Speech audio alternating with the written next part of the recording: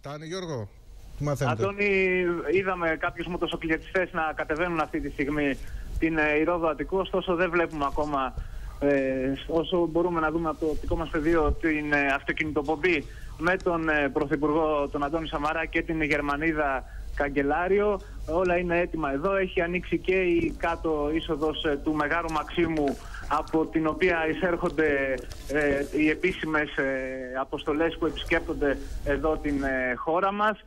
Είναι όλα έτοιμα.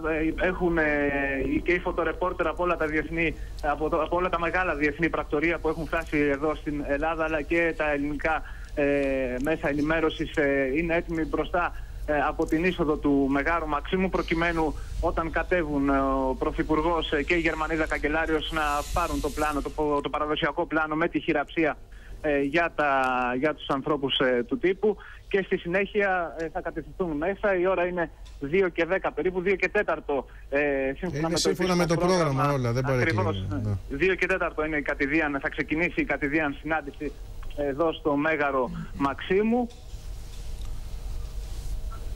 Γιώργο, αυτή τη στιγμή υπάρχει κάποια κινητικότητα. Βλέπουμε εμείς εκεί νομίζω... αυτοκίνητο προπομπός ή όχι? Ναι, πρέπει να έρχονται τώρα. Ναι, είναι τα περιπολικά της ελληνικής αστυνομίας που προπορεύονται της αυτοκινητοπομπής. Κατεβαίνουν αυτή τη στιγμή την Ηρόδου Αττικού και από πίσω βλέπουμε τους μοτοσυκλετιστές, ακριβώς από πίσω το αυτοκίνητο στο οποίο επιβαίνουν ο Πρωθυπουργός με την Γερμανίδα Καγκελάριο. Αυτή τη στιγμή κατεβαίνει η αυτοκινητοπομπή την Ηρόδου Αττικού. Μπήκε το αυτοκίνητο μέσα στο προαύλιο χώρο του Μεγάρου Μαξίμου. Δεν τα συνοδευτικά. Ακριβώς. Γιάννης Χριστάκος είναι εντός του χώρου. Γιάννης Χριστάκος. Δεν μας ακούει ο Γιάννης και αυτός είναι εκεί. Βλέπουμε να εξέρχονται το αυτοκίνητο τώρα. Ο Πρωθυπουργός κ. Μέρκελ. Όπως μας έλεγε ο Γιώργος Ευθυμίου, κατά το πρωτόκολλο θα ανέβουν τα σκαλιά και θα έχουμε το γνωστό Photoshop, όπως λέγεται, τη χειραψία για τα μέσα ενημέρωσης. Και από εκεί και πέρα θα αρχίσει βεβαίως πολύ κρίσιμη, όπως έχει χαρακτηριστεί, και σημαντική συνάντηση των δύο ηγετών. Γιάννη Χριστάκο. Βλέπουμε λοιπόν στην εικόνα, ο Σαμαράς βγήκε πρώτος, ανέβηκε με την κυρία Μέρκελ τα σκαλιά. Τώρα οι καθιερωμένες φωτογραφίες έχουν μπει από νωρίς οι φωτογράφοι, οι οποίοι φωτογραφίζουν τους δύο ηγέτες στην είσοδο του Μεγάρου Μαξίμου. Κάτι λέει και ο Πρωθυπουργός. Προφανώς, αν καταλαβαίνω καλά, νομίζω εξηγεί στην κυρία Μέρκελ, εξηγεί στην κυρία Μέρκελ και για την περιοχή εδώ γύρω. Ενδεχομένως και το που είναι οι διαδηλωτές.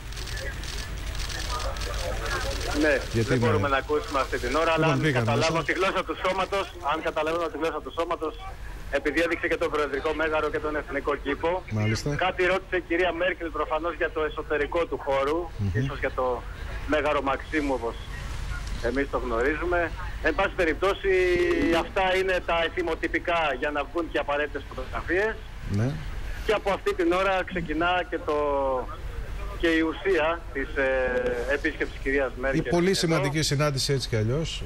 Είναι όλα τα μέσα ενημέρωσης εκεί, τα φλάς όλα, τα φώτα είναι εκεί στραμμένα σήμερα. Ναι, βεβαίως, πολλοί συνάδελφοι από την Γερμανία και βεβαίως, αν έχω δει καλά, όλοι οι ανταποκριτές των ξένων μέσων έρχονται ρηπηδών τα τηλεγραφήματα, οφείλω να σου πω. Θέλω να σας πω ότι... εδώ και εικόνα από το εσωτερικό. Μάλιστα, ωραία. Στο γραφείο του Πρωθυπουργού. Πρωθυπουργικό γραφείο, εκεί όπου θα γίνουν οι συνομιλίες, έτσι δεν είναι? Εκεί όπου θα γίνουν οι συνομιλίες, ναι. Και εδώ δεν ξέρω αν θα γίνουν... Ναι. Τώρα βέβαιως ακούμε, αλλά... Εγώ, Αντώνη, δεν έχω ήχο από εδώ που είμαι.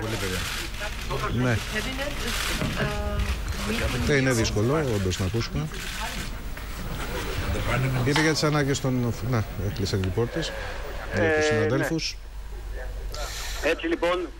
Έτσι λοιπόν, Αντώνη, ουσιαστικά αυτή την ώρα θα ξεκινήσει κατηδίαν συνάντηση των δύο ηγετών. Μια συνάντηση η οποία τουλάχιστον για την ελληνική πλευρά είναι εξαιρετικά σημαντική.